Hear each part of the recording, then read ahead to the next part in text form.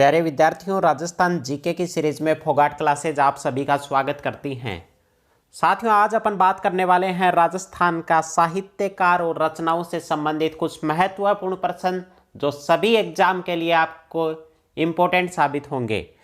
तो प्यारे विद्यार्थियों, यहाँ पे पहला प्रश्न है कि निम्नलिखित में से किस बोली पर मालवी का शक्तिशाली प्रभाव है? तो वह कौन सी बोली है? वह बोली है ढूंढाड़ी। और ढूंढाड़ी कहाँ बोली जाती है? जयपुर के आसपास वाले क्षेत्र में बोली जाती है। मैं बात करता हूँ मालवी बोली की। मालवी बोली कहाँ बोली जाती है?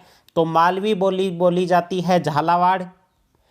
कहाँ बोली जाती है मालवी बोली? झालावाड़। झालावाड़ के अलावा कोटा, और कोटा के अलावा यह बोली कहाँ बोली जाती है? प्रतापगढ़। कोटा के अलावा यह बोली कहाँ बोली जाती है? प्रतापगढ़ क्षेत्र में बोली जाती है। उसके बाद साथियों अपन बात करेंगे अपना सेकंड प्रश्न। प्रश्न नंबर 2 है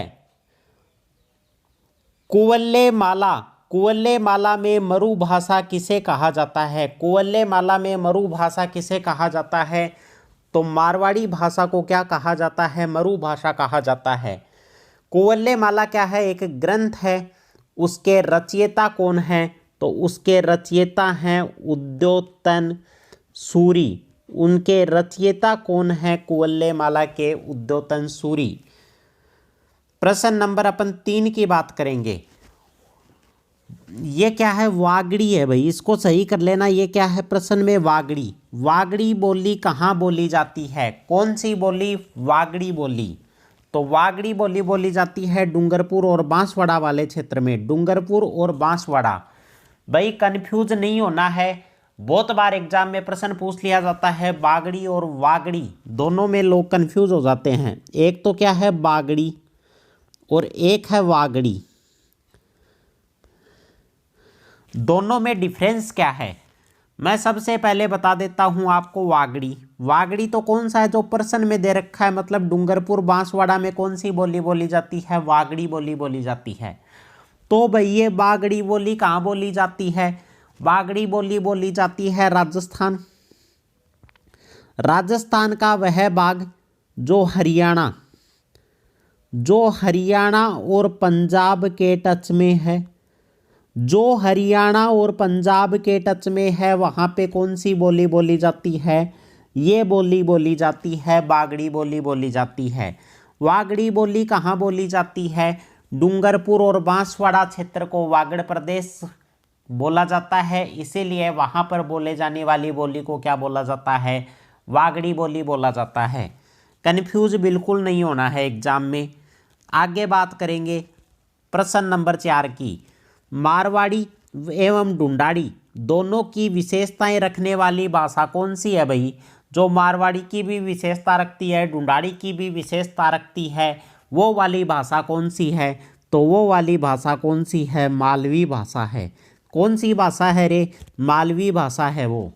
उसके बाद बात करेंगे प्रश्न नंबर 5 की। राजा या किसी व्यक्ति विशेष के मृत्योपरांत, राजा या किसी व्यक्ति विशेष के मृत्योपरांत शोक व्यक्त करने के लिए जो काव्य होता है वो क्या कहलाता है? वो काव्य क्या कहलाता है भाई? मरस्या कहलाता है। वो काव्य क्या कहलाता है? मरस्या कहलाता है। प्रश्न नंबर 6 की बात करेंगे। असंगत युग्म को छांटिए। असंगत युग्म को छांटिए। नागर समुच्चयक भक्त नागरीदास बिल्कुल सही। हमीर महाकाव्य नयनचंद्र सूरी बिल्कुल सही। वेली किंसल रुक्मणी पृथ्वीराज राठौड़ बिल्कुल सही। तो इनमें से असंगत क्या है? कोई नहीं है। उसके बाद बात करेंगे प्रश्न नंबर 7 की। निम्नलिखित में से कौन सी रचना मीराबाई की है? निम्नलिखित में से कौन सी रचना मीराबाई की है? भाई मीराबाई की रचना कौन सी है इनमें से? पदावली। भाई मीराबाई की रचना कौन सी है? पदावली रचना।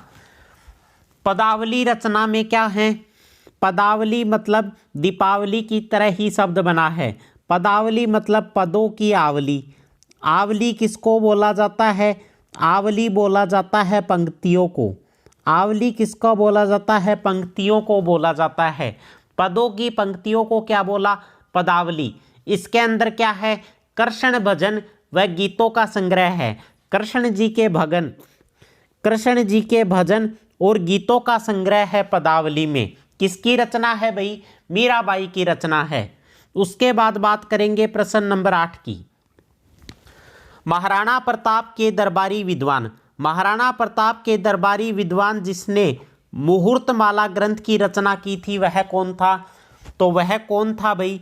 वह था चक्रपाणि मिश्र। वह कौन था? चक्रपाणि मिश्र। वह कौन था? चक्रपाणि मिश्र।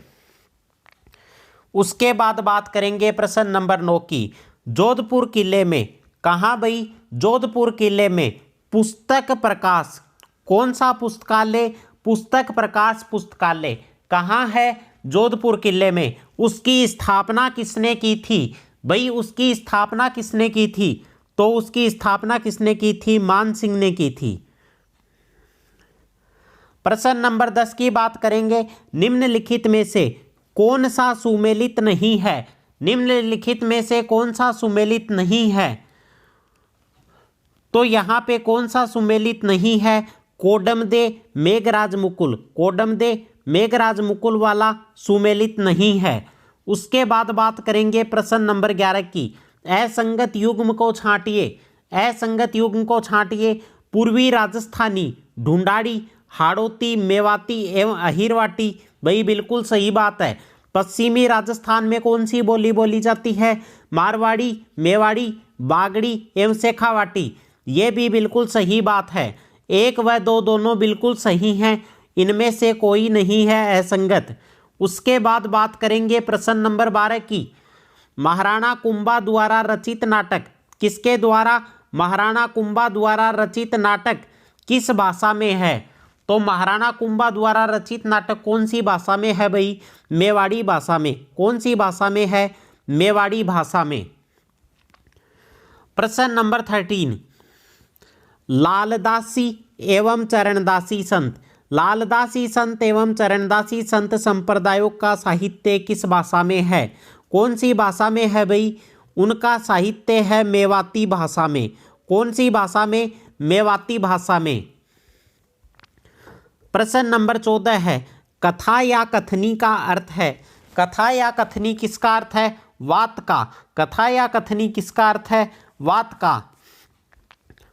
प्रश्न नंबर 15 है। कुवल्ले माला, कुवल्ले माला ग्रंथ जो है, कुवल्ले माला जो ग्रंथ है उसके लेखक कौन हैं? तो ये पहले भी बता चुका हूं, उसके लेखक कौन हैं? उद्योतन सूरी। प्रश्न नंबर 16 है। दक्षिणी पूर्वी राजस्थान, कौन से राजस्थान की बात हो रही है? दक्षिणी पूर्वी राजस्थान की। दक्षिणी पूर्वी राजस्थान की प्रमुख बोलियां हैं। तो दक्षिणी पूर्वी राजस्थान की प्रमुख बोली कौन सी है? मालवी तथा नीमड़ी। कौन सी है भाई? मालवी तथा नीमड़ी। उसके बाद बात करेंगे प्रश्न नंबर 17। मारवाड़ी के बाद राजस्थान की, मारवाड़ी के बाद किसके बाद? मारवाड़ी के बाद राजस्थान की दूसरी सबसे महत्वपूर्ण बोली है। मारवाड़ी के बाद दूसरी सबसे महत्वपूर्ण बोली राजस्थान की कौन सी है? राजस्थान की बोली है भाई मेवाड़ी। कौन सी बोली है? मेवाड़ी बोली। उसके बाद बात करेंगे प्रश्न संख्या 18 की। राजस्थान की किस बोली पर ब्रज भाषा का प्रभाव काफी अधिक दृष्टिगोचर होता है? कौन सी भाषा पे ब्रज भाषा का ज्यादा प्रभाव है? तो वो भाषा है मेवाती। कौन सी भाषा है? मेवाती भाषा। उसके बाद बात करेंगे 19 नंबर प्रश्न। किस श्रेणी की रचनाओं में, किस श्रेणी की रचनाओं में राजवंशों की वंशावलियां विस्तृत विवरण सहित लिखी गई हैं? तो किस में लिखी गई हैं? वंशावली, वंशावली में लिखी गई हैं। उसके बाद बात करेंगे लास्ट प्रश्न की, प्रश्न नंबर 20। किरतार बावनों के लेखक हैं। किरतार बावनों किसके भाई? किरतार बावनों के लेखक कौन हैं? किरतार बावनों के लेखक हैं कवि दुर्सा आडा। कवि दुर्सा आडा कौन है? किरतार बावनों के लेखक हैं। तो उम्मीद करता हूं साथियों आपको ये क्लास अच्छी लगी होगी। अगर आपको जीके की ये क्लास पसंद आई तो वीडियो को शेयर कीजिए, साथ में हमारे चैनल को सब्सक्राइब कीजिए। धन्यवाद। जय हिंद, जय भारत।